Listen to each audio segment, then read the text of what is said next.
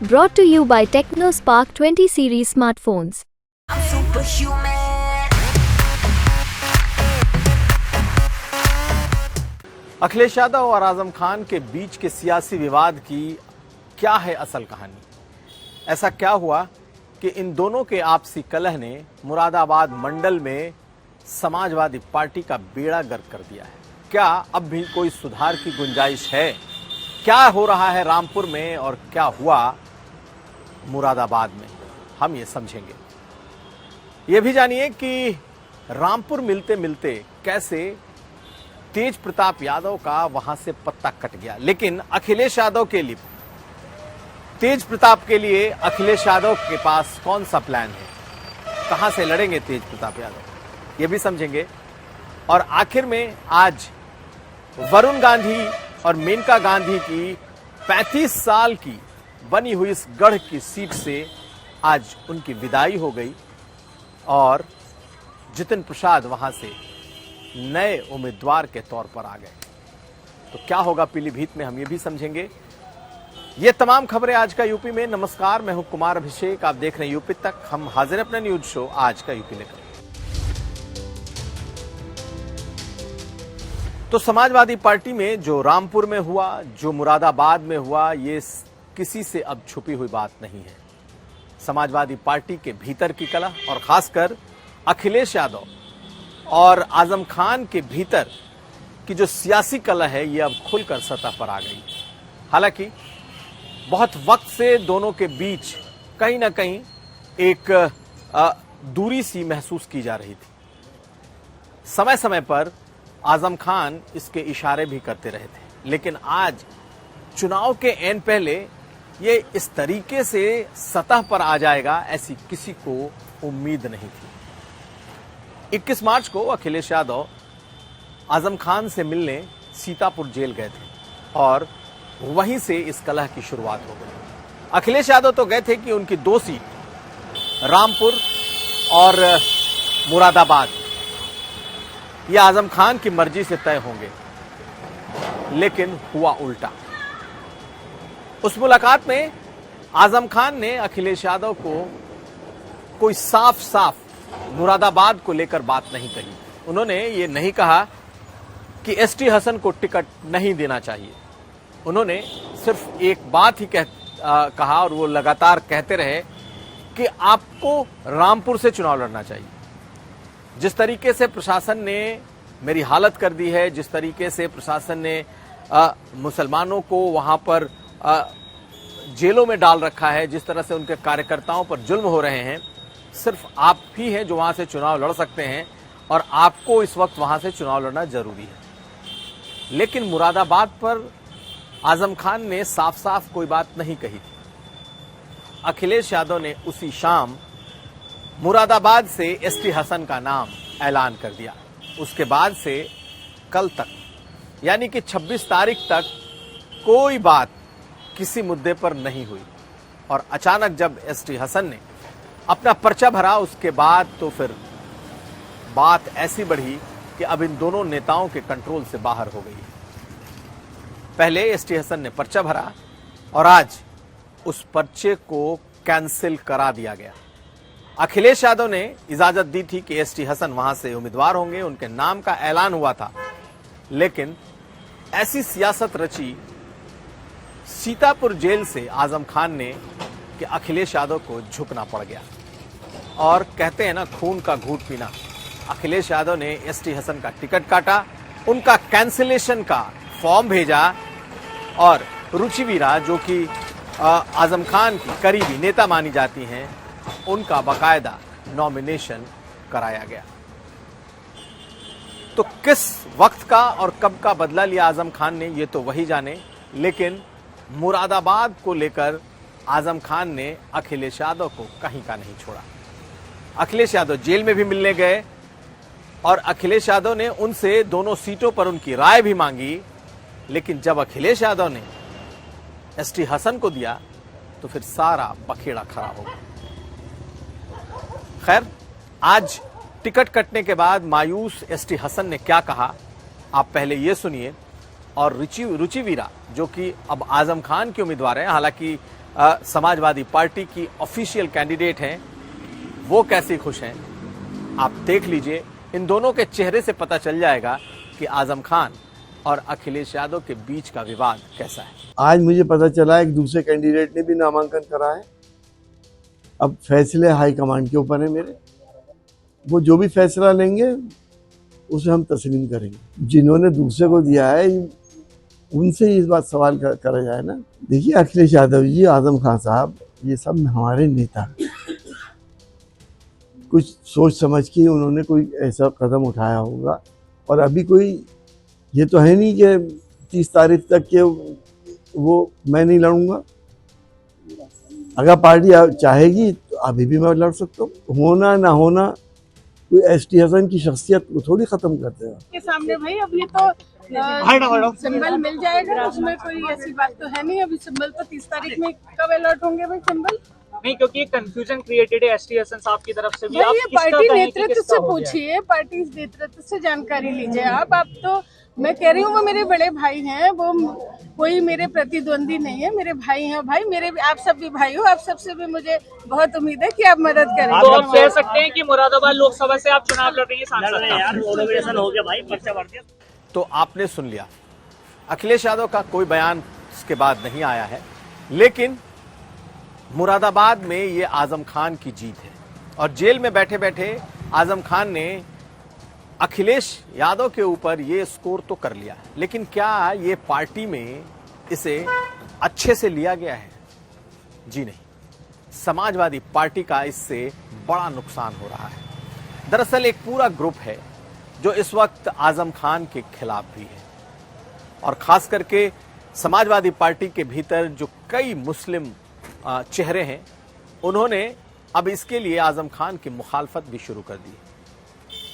जब एसटी हसन का टिकट काटा जा रहा था, तभी मुरादाबाद में आजम खान के खिलाफ भी नारे लग रहे थे, उनके खिलाफ विरोध प्रदर्शन भी हुए। आप इसकी तस्वीरें भी देख लीजिए।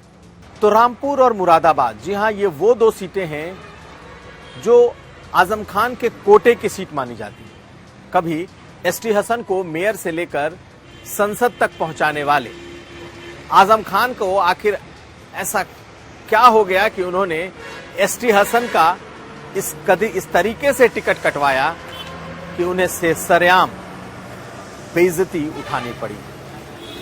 पार्टी से टिकट मिलने के बाद, पार्टी से नामांकन करने के बाद कैंसिलेशन लेटर भेजना पड़ा। तो आपको बता दें कि इसके पीछे की बड़ी वजह यह है कि आजम खान जब से जेल में बंद हैं, तब से एसटी हसन ने आजम खान की वो जगह ले ली जो पार्टी में किसी और मुस्लिम नेता ने लेने की कभी कोशिश नहीं की। संगठन और टिकट देने दिलाने में तो वो नहीं रहे, लेकिन वो पार्टी का मुस्लिम चेहरा जरूर बन गए। ये बात आजम खान को नागवार गुजर रही थी। चाहे मुस्लिम मुद्दों से लेकर राष्ट्रीय मुद्दों तक बोलना हो, एसटी हसन ही समाजवादी पार्टी का चेहरा थे। यही नहीं, अखिलेश यादव ने उन्हें संसदीय दल का नेता तक बना दिया। तो जो काम मुलायम सिंह यादव के रहते हुए सिर्फ आजम खान के जिम्मे था, अखिलेश यादव ने उन्हें अपना आजम खान बना दिया था। और यही बात आजम खान को सताए जा रही थी। जेल से ही ऐसी सियासत रची गई कि उनका टिकट भी कटा और अब वो समाजवादी पार्टी में फिलहाल किसी काम के नहीं रहे। लेकिन ये एक दोधारी तलवार की तरह साबित हुआ है। इसका नुकसान अखिलेश यादव को तो हुआ ही, आजम खान की गरिमा पर भी सवाल खड़े हो गए कि आखिर एक शख्स में ऐसा क्या है कि आजम खान उसके खिलाफ इस लेवल तक चले आए। और दूसरा नुकसान ये कि क्या अब मुरादाबाद की सीट वैसी मजबूत रह पाएगी जो समाजवादी पार्टी के गढ़ के तौर पर 2024 में वो जीत सके? बड़ा सवाल है, क्योंकि रुचिवीरा जो कि बगल के बिजनौर की रहने वाली हैं, पूर्व विधायक हैं और आजम खान की बेहद करीबी हैं, संसाधनों से उनके पास संसाधनों की कमी नहीं है। तो क्या इस फैसले ने समाजवादी पार्टी और इन दोनों नेताओं का नुकसान कर दिया है? परसेप्शन के हिसाब से अखिलेश यादव से कहीं ज्यादा नुकसान खुद आजम खान का हुआ है और मुस्लिम बिरादरी में अब इसकी खूब आलोचना हो रही है। खैर, अब देखना यह है कि इस फैसले के बाद अब जिताने की जिम्मेदारी भी आजम खान पर होगी कि रुचिवीरा को कैसे मुरादाबाद से जिताया जाए, क्योंकि एसटी हसन का टिकट उन्होंने कटवाया, रुचिवीरा को टिकट उन्होंने दिलवाया और अब सीतापुर जेल से वो कौन सी गणित लगाएंगे आजम खान कि अपने कैंडिडेट को जिता सकें। और अगर रुचिवीरा जीत नहीं पाई तो फिर सारा इसका दोष उनके मत्थे जाएगा। तो क्या इतना बड़ा दोष उठाने को तैयार हैं आजम खान? ये एक बड़ा सवाल है। खैर, ये तो थी मुरादाबाद की बात। अब रामपुर में क्या हुआ है ये भी सुन लीजिए। रामपुर में यूं तो इन दोनों के कलह की शुरुआत रामपुर से हुई, जब कल अचानक ही रामपुर में एक प्रेस कॉन्फ्रेंस की जाती है और उस प्रेस कॉन्फ्रेंस में अजय सागर जो कि रामपुर के जिलाध्यक्ष हैं, आसिम राजा जो कि पूर्व प्रत्याशी हैं और बेहद करीबी हैं आजम खान के, और साथ साथ आजम खान के समर्थित एक विधायक ने एक प्रेस कॉन्फ्रेंस कर डाली। और उस प्रेस कॉन्फ्रेंस का मजमून ये था कि रामपुर के चुनाव का बहिष्कार किया जाएगा। और वो बहिष्कार इसलिए क्योंकि जिस तरीके से सरकार ने रामपुर को एक कैदखाना बना दिया है, अब अगर अखिलेश यादव यहां से चुनाव नहीं लड़ते हैं तो फिर यहां चुनाव लड़ने का कोई मतलब नहीं। ये तो थी ऊपर से दिखने वाली बात, लेकिन भीतर की बात ये थी कि आजम खान अखिलेश यादव के बहाने इस सीट पर अपना उम्मीदवार चाहते थे। दरअसल आसिम राजा 2 बार चुनाव हार चुके थे। आजम खान के पास कोई ऐसा तीसरा प्रत्याशी या दूसरा प्रत्याशी नहीं था जिसे वो इस बार चुनाव लड़ाते। आजम खान का अगर प्रत्याशी होता है तो उन्हें लगता है कि बीजेपी उसे हर हाल में हराने की कोशिश करेगी, और यही वजह है कि आजम खान ने इस बार ये ऑफर अखिलेश यादव को दी थी। और जब जेल में मुलाकात हुई थी तो पूरे वक्त आजम खान अखिलेश यादव को समझाते रहे कि आपको वहां से चुनाव लड़ना है और अगर आप नहीं तो आपका परिवार लड़े। अखिलेश यादव ने ये बात आजम खान को बता दी थी कि वो नहीं लड़ पाएंगे और उनके बदले उनके भतीजे तेज प्रताप यादव को वहां से चुनाव लड़ा सकते हैं। कई दिनों तक ये बात यूं ही आई गई होती रही, लेकिन कल ये बात बेहद सीरियस तरीके से तब पहुंची जब लगभग ये तय हो गया कि तेज प्रताप रामपुर से अपना नॉमिनेशन, अपना नामांकन दाखिल कर सकते हैं। और जैसे ही ये खबर सामने आई कि तेज प्रताप यहां से नामांकन दाखिल करेंगे, समाजवादी पार्टी की जो रामपुर इकाई है, यूनिट है, उसने बगावत कर दिया और आजम खान को कंधा बनाकर, सहारा बनाकर बाकायदा एक प्रेस कॉन्फ्रेंस कर दी गई और उसमें तो सब बातें खुलकर सामने आ गई। यानी कि पहले मुरादाबाद और दूसरा रामपुर। अखिलेश यादव इस बार आसिम राजा को लड़ाना नहीं चाहते थे, लेकिन जब बगावत हो गई और आजम खान की चिट्ठी पहुंच गई तो ये साफ हो गया कि आजम खान कतई नहीं चाहते कि तेज प्रताप यादव वहां से चुनाव लड़े, और अखिलेश यादव कतई नहीं चाहते थे कि आजम खान के जो प्रत्याशी है आसिम राजा, उसको तीसरी बार चुनाव लड़ाया जाए। और देर शाम होते होते एक प्रत्याशी की मांग की गई कि भाई कोई ऐसा प्रत्याशी बताओ जिसे चुनाव लड़ाया जा सकता है। वो मुस्लिम होना चाहिए, वो ऐसा होना चाहिए जिस पर कोई विवाद न हो। और रात होते होते दिल्ली से लेकर लखनऊ तक एक नाम पर सहमति बन गई और वो नाम था महिबुल्ला नदवी। महिबुल्ला नदवी को कोई नहीं जानता। 40 साल पहले वो रामपुर में थे, रामपुर में रहते थे, लेकिन 30-40 सालों से महिबुल्ला नदवी एक दिल्ली की जामा मस्जिद की में इमामत कर रहे थे। एमयू से उन्होंने पढ़ाई लिखाई करी, लेकिन समाजवादी पार्टी के नेताओं से उनके संबंध बेहद मधुर थे और यही इस वक्त काम आया। आनन फानन में उन्हें न सिर्फ प्रत्याशी घोषित किया गया, बल्कि उन्हें तुरंत जाकर अपना नामांकन दाखिल करने को कहा गया। रातों रात एबी फॉर्म भेजा गया और सुबह तकरीबन 12 बजे के आसपास महिबुल्ला नदवी ने अपना नामांकन दाखिल कर दिया। महिबुल्ला नदवी के नामांकन दाखिल करने के साथ ही फिर आजम खान के कैंप में हड़कंप मचा और आसिम राजा, जिन्होंने अपनी तैयारी कर रखी थी, उन्होंने भी अपना नामांकन कर दिया। दोनों कैंप के नामांकन के बाद अब यह सवाल उठ गया कि आखिर कौन होगा समाजवादी पार्टी का असली प्रत्याशी। तो आप जान लीजिए कि फिलहाल असली प्रत्याशी तो महिबुल्ला नदवी ही है, क्योंकि उनके पास वो एबी फॉर्म है जो पार्टियां सिंबल के लिए देती हैं। लेकिन अब इस बात पर खूब चर्चा हो रही है कि किसी भी तरीके से आसिम राजा को ही अपना उम्मीदवार बनाया जाए। लखनऊ से लेकर सीतापुर और सीतापुर से लेकर दिल्ली तक इसकी कोशिशें अभी चल रही हैं। आजम खान को मनाने की कवायद चल रही है। आजम खान आसिम राजा के नीचे किसी और नाम को मानने को तैयार नहीं है। लेकिन अब तो आधिकारिक उम्मीदवार के तौर पर नॉमिनेशन महिबुल्ला नदवी ने कर दिया है और माना जा रहा है कि आसिम राजा की जो उम्मीदवारी है वो फिलहाल निर्दलीय ही है। अगर आजम खान को मनाया गया, आजम खान अगर महिबुल्ला नदवी के नाम पर मान गए तो ठीक, और नहीं माने और अगर फिर से अखिलेश यादव को झुकना पड़ा तो ये मान लीजिए कि फिर आसिम राजा निर्दलीय समाजवादी समर्थित प्रत्याशी हो सकते हैं। खैर, जब देर रात को, एक और इसके पीछे ही कहानी है, जब देर रात को बिल्कुल अनजाने से शख्स पर अखिलेश यादव ने दांव लगाया, तो जो और दूसरे समाजवादी पार्टी के बड़े नेता हैं, वो चाहे शिवपाल यादव हों या फिर राम गोपाल यादव, इन सबों ने अखिलेश यादव से ये कहा है, जो हमारी जानकारी के मुताबिक ये गलत हो गया। यहाँ पर कम से कम आजम खान से पंगा नहीं लेना चाहिए था, और आजम खान से पंगा लेने का मतलब है सिर्फ रामपुर और मुरादाबाद ही नहीं, कई सीटों पर नुकसान हो सकता है।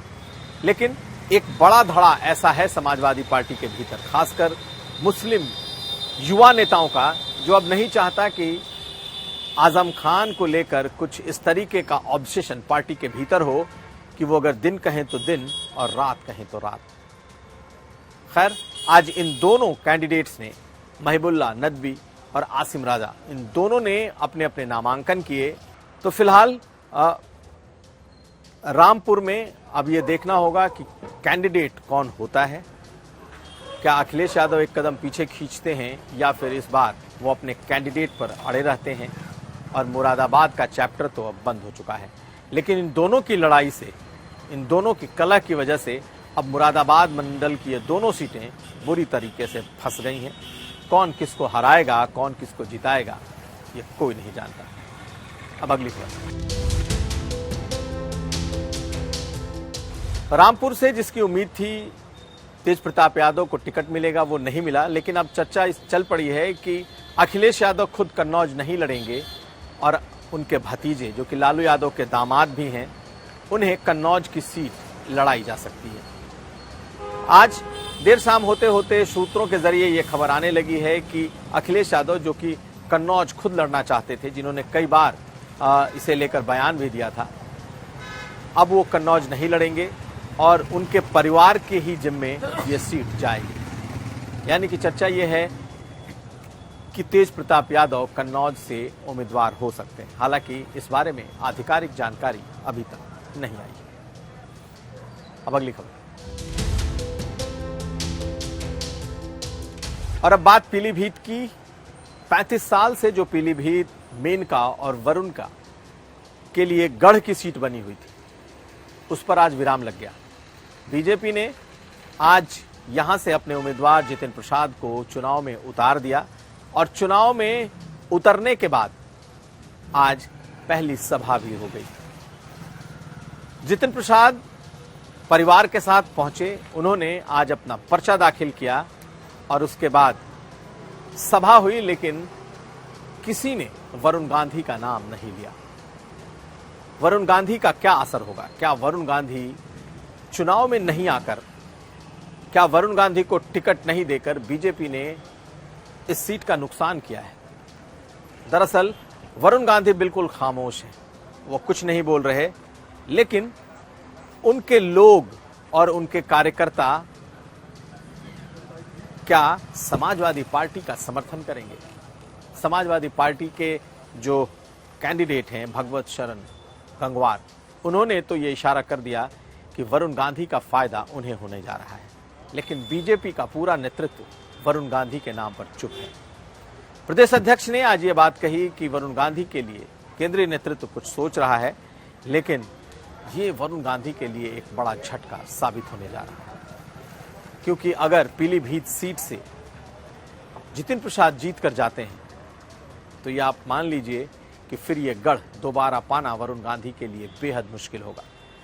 और पर्चा भरने के बाद जो नारा दिया गया है वो ये है कि दिल्ली के लिए 400 पार और जितिन के लिए 4 लाख की लीड। ये लीड कितनी होती है ये तो कहना मुश्किल है, लेकिन बीजेपी ने आज अपनी पूरी ताकत झोंक दी है। आज यूपी तक ने बात की जितिन प्रसाद से, और जब सवाल पूछा वरुण गांधी के बारे में, सभी नेता टालते नजर आए। सुनिए जितिन प्रसाद को उन्होंने कहा क्या है। वरुण गांधी का नहीं लड़ना, इसको कैसे? नहीं देखिए, हम सब लोग पार्टी के अनुशासित और समर्पित कार्यकर्ता हैं। जो शीर्ष नेतृत्व फैसला लेता है हम सब लोग वो करते हैं। आपको लगता है कि वो भी समर्थन करेंगे? मैंने जो आपसे बोला ना कि हम सब लोग पार्टी के अनुशासित कार्यकर्ता हैं, निर्णय नेतृत्व लेता है और हम सब लोग उसका पालन करते हैं। तो खैर, हॉट सीट बन चुके इस पीलीभीत पर हमारी नजर बनी रहेगी, और ये नजर भी रहेगी कि आखिर वरुण गांधी का अगला कदम होता क्या है। क्या वो एक घायल सिपाही की तरह पलट कर वार करेंगे, या फिर बीजेपी को आसानी से उसकी सीट जीतने देंगे? हमारी नजर इस पर बनी रहेगी। तो ये था आज का यूपी। हम कल फिर हाजिर होंगे। हमें दीजिए इजाजत। नमस्कार।